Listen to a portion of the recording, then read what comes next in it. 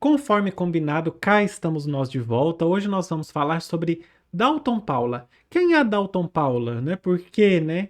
Por isso que eu deixei a questão aqui embaixo. Dalton Paula ele foi mencionado na questão 15 do Enem 2025, aplicação regular. É uma questão que tratava da pintura ocidental e aí trazia para gente duas fotografias pintadas, né, da Zeferina e do João de Deus Nascimento. Se você quiser conferir a questão, se você não conferiu a questão ainda, tá aqui, é o primeiro link da descrição desse vídeo, tá bom? Aí eu comentei no vídeo que eu ia fazer essa explicação sobre Dalton Paula separada, porque geralmente o pessoal reclama que o vídeo ficou muito grande, porque eu fui colocar a explicação ali, um contexto sobre o autor, quando é o autor menos conhecido do público geral, e é o caso do Dalton Paula, que eu pelo menos não conhecia, não sei se você conhecia. Mas hoje eu vou falar um pouquinho sobre ele. É, Muito bem. Para a gente começar, quem é, afinal de contas, Dalton Paula? Morreu? Tá vivo? Tá vivo, gente. É esse aí da foto, ó. Ele é um artista visual brasileiro. Ele é contemporâneo, ou seja, ele está vivíssimo, está trabalhandíssimo. E ele, qual que é o tipo de arte dele? Ele transforma o retrato numa ferramenta de memória. A gente vê aí atrás dele uma das obras, né? Ele vai fazendo reparação histórica e afirmação da população negra por meio das pinturas dele, que são retratos. Ele ficou conhecido principalmente sobre uma série chamada Retratos Brasileiros, que foi justamente a que o Enem abordou na questão 15, 11, 15, 21, que está aqui embaixo a numeração para você nos cadernos. E nessa série ele cria rostos para lideranças negras que não foram registradas pela história oficial. Por quê? Porque a história oficial registrava só quem é branco. A gente só tem pinturas e tal de pessoas brancas. O nosso querido Dalton Paula, ele nasceu em 1982, tá novo, né? Nasceu em Brasília, mas foi criado em Goiânia e lá em Goiânia ele se formou em artes visuais pela UFG, a Universidade Federal de Goiás. O que ele trabalha? Qual que é a linguagem? Quais que são os temas que o Dalton Paula trabalha? Ele busca investigar, ele busca estudar, ele retratar o corpo negro e também as religiões de matriz africana. E aí ele articula a história colonial, ele vai juntar o racismo estrutural que ele aborda também, porque essa reparação histórica, ela também é uma denúncia do racismo estrutural.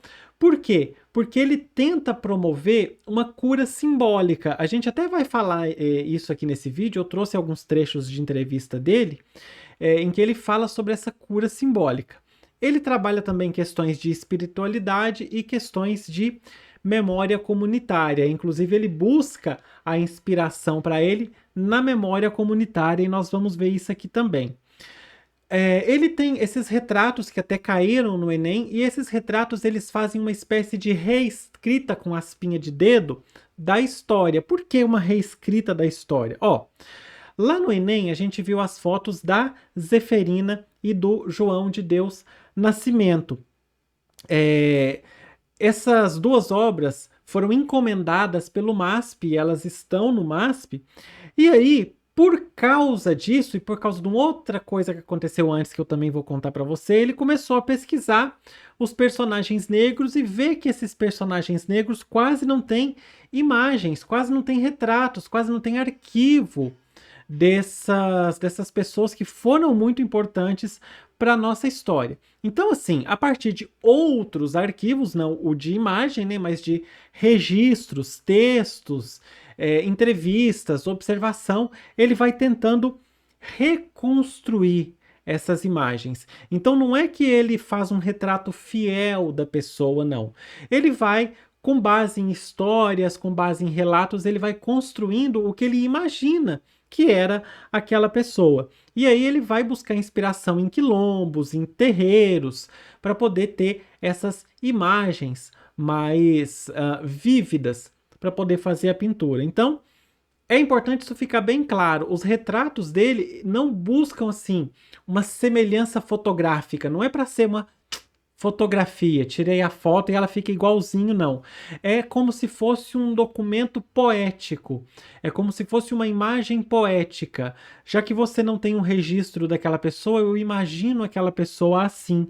Só que ele sempre imagina devolvendo a dignidade, devolvendo a individualidade, devolvendo a centralidade política a essas pessoas, porque eram pessoas ligadas de forma muito forte à política, e eu não falo política que era pessoas que tinham partido na época, porque isso nem existia, mas eram pessoas que tinham atividade política, lutavam pela liberdade, etc., e que foram historicamente silenciadas, certo? E você pensa assim, nossa, eu não conhecia o Dalton Paula e tal. E é a gente mesmo que não conhecia, porque a gente sabe como que o Brasil ainda é um país com racismo estrutural, né? Mas o Dalton Paula, e aí se eu até anotei aqui para falar para você, ele já participou de mostras importantes, por exemplo, a 32ª Bienal de São Paulo, Trienal do New Museum em Nova York, Bienal do Mercosul, e também uma mostra chamada Histórias Afro-Atlânticas. Eu acho que, inclusive, dessas histórias afro-atlânticas são as obras que estão lá no Enem. São as duas da Zeferina e do João de Deus Nascimento.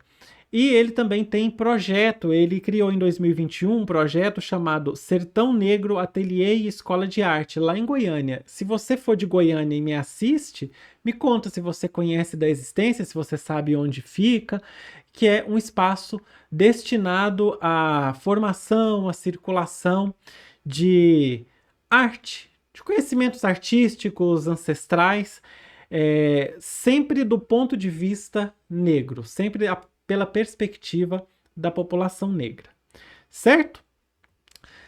Por que que surgiu essa série Retratos Brasileiros, que foi a que apareceu lá no Enem? Ó, o primeiro retrato que ele fez foi o do Lima Barreto, esse aí, ó. Lima Barreto, um escritor negro do começo do século XX, e aí aconteceu uma situação que despertou o Dalton Paula para isso.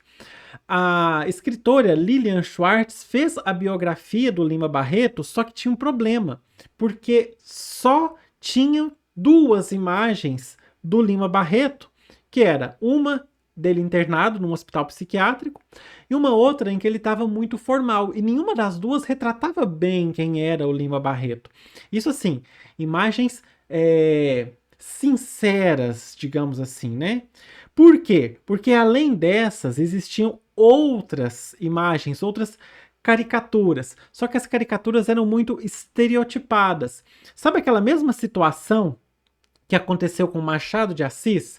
Que o Machado de Assis era negro, mas os registros que a gente tem em fotografia dele, ele foi embranquecido na foto. Então a mesma coisa aconteceu com o Lima Barreto. Por quê? Porque esses escritores que eram muito poderosos, que eram muito talentosos, que eram muito lidos, que eram muito conceituados, eles não podiam ser negros, né? Então eles eram retratados embranquecidos, certo? Então o Dalton Paula buscou trazer o tom de pele verdadeiro, o cabelo crespo do Lima Barreto e fez essa fotografia. Ele buscou as características reais e marcantes do Lima Barreto. E essa foi a primeira que ele fez, certo? E aí, como que ele reconstrói as pessoas? Opa, isso. Como que ele reconstrói as pessoas? Ele busca biografias produzidas por historiadores, por exemplo, o caso da Lilian Schwartz, que fez a do Lima Barreto.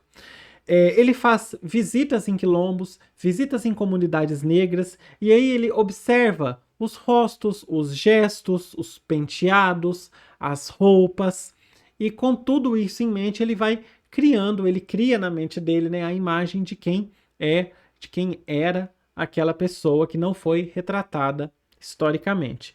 Aí ele chama esse processo de retrato falado da ancestralidade brasileira. Bonito, né?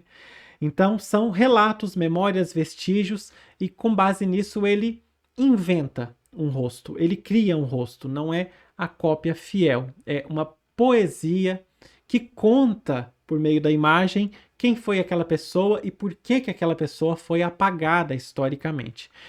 Aí eu achei uma entrevista dele, eu selecionei alguns trechos, e aí sobre essa criação ele fala o seguinte, ó: observando as festas populares e visitando os quilombos, porque muitos desses personagens lutaram em rebeliões. É a forma como ele busca inspiração, né? Observando as festas populares e visitando os quilombos, porque muitos desses personagens lutaram em rebeliões. E isso eu tô falando exatamente, tô lendo para você exatamente o que tá na entrevista dele, ó.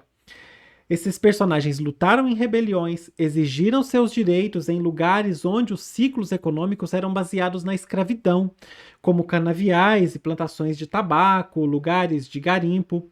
Então eu vou nesses lugares na busca dos rastros dessas pessoas. Procuro entender o que ficou no imaginário e vou construindo uma espécie de arqueologia nesse campo expandido. Depois, uso essas informações nos retratos, criando uma espécie de retrato falado da ancestralidade brasileira. Isso fala do próprio Dalton Paulo. É tão bom, né, quando o artista é vivo e a gente pode ouvir dele mesmo, né? A gente pode saber dele mesmo como são as coisas. Uma das figuras que apareceu no Enem foi a Zeferina. Quem é a Zeferina? E como que a Zeferina foi retratada pelo Dalton Paulo? Ó, a coisa começa lá depois que ele fez aquela pintura do Lima Barreto. O MASP, depois daquela pintura, encomendou para ele as fotografias da Zeferina e do João de Deus Nascimento para a exposição Histórias Afroatlânticas. Então, eu falo que eu preparo as coisas e depois esqueço, né? Como eu falei antes, as fotografias estão vinculadas a essa exposição Histórias Afroatlânticas em 2018. Quem foi a Zeferina?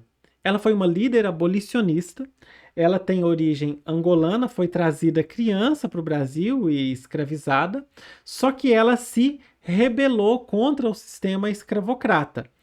E ela teve um papel muito importante na criação de um quilombo, que é o Quilombo do Urubu, que hoje, em Salvador, se você for de Salvador também, você pode me contar aí nos comentários, que hoje é o Parque São Bartolomeu, no subúrbio de Salvador. Eu não conheço Salvador, tenho amigos de Salvador. Se você é de Salvador, conta aí para mim se você conhece o Parque São Bartolomeu, conta aí para mim se você conhece a história da Zeferina.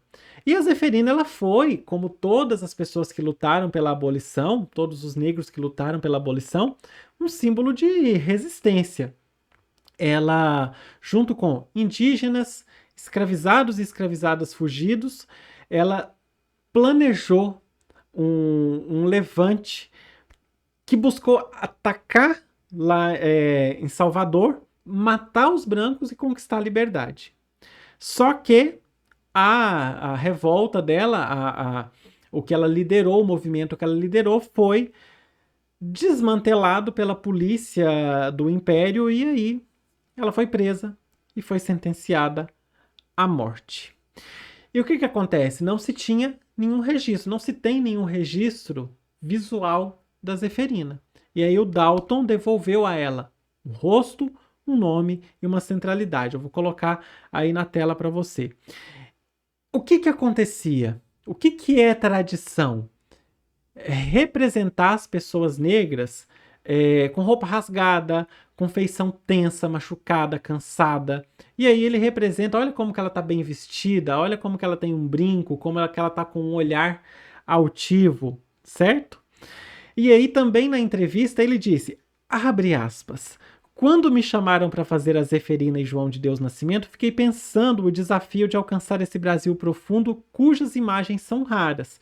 Fiquei olhando para fotos históricas e oficiais desses corpos negros e me deu vontade de trazer mais subjetividade aos personagens. Me incomodava muito as roupas rasgadas, os pés descalços, a feição tensa. E aí ele cria, né, linda essa fotografia. Agora, o João de Deus Nascimento, quem foi? Também ligado à situação da Bahia, o João de Deus foi um dos mártires lá na Conjuração Baiana, que foi conhecida como Conjuração dos Alfaiates ou Revolta dos Búzios, em 1798. Era um movimento também, obviamente, separatista, também emancipatório, também popular, foi protagonizado principalmente por negros e negras livres, libertos e escravizados.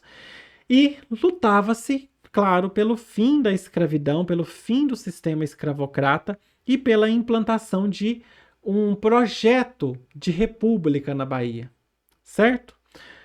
Assim como a Zeferina, os planos do movimento não foram adiante, descobriram tudo, a coroa portuguesa descobriu e condenou à morte os líderes, incluindo o João de Deus. Poucas pessoas foram condenadas à morte, se não me engano, 4, entre elas o João de Deus Nascimento.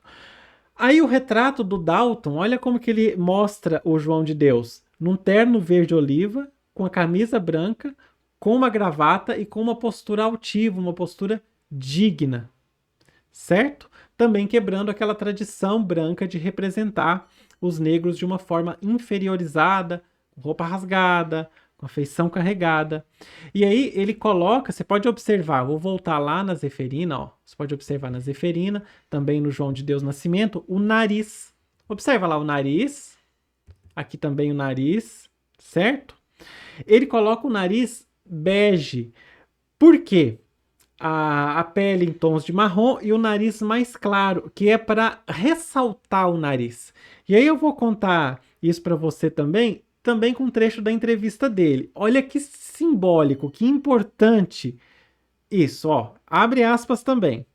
O nariz largo é uma marca muito potente da população negra. Eu sempre tive dificuldade com o meu nariz, diz o Dalton. Eu queria afinar o meu nariz. Por isso, uso esses tons de ocre e bege para assumir essa característica do meu corpo. Quando você coloca luz, uma cor mais clara, aquele elemento vai ressaltar na composição.